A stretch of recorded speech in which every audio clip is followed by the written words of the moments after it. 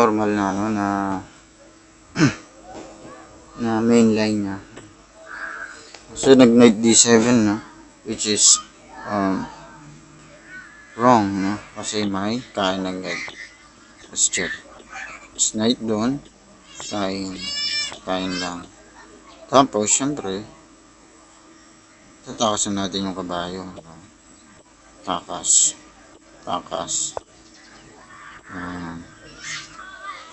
Dito pwede nang mag-exchange kasi lamang na at safe na yung king.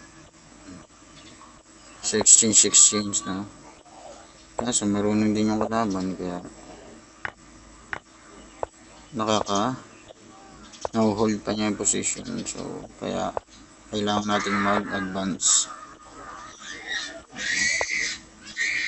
Exchange pa rin pero kailangan may pressure na. Yan, nagkaano na, magandang tira to eh. Kasi yung ano niya mo dito, queen c cannot be. Pag queen c5 naman siya, check. King ano lang ako, king g2 or king h2 lang. Ayan. Dito pwede rin rook a6 agad tapos rook takes b6 no. Kaso yan na lang. Pinili ko yung mas madali kasi yan eh.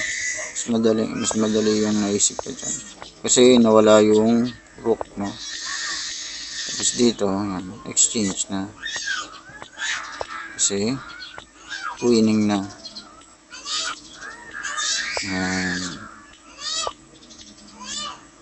So dito naman, madali na may sumunod na nangyari no. Kasi mamati na lang 'to eh. Igipitin mo na lang yung king niya eh.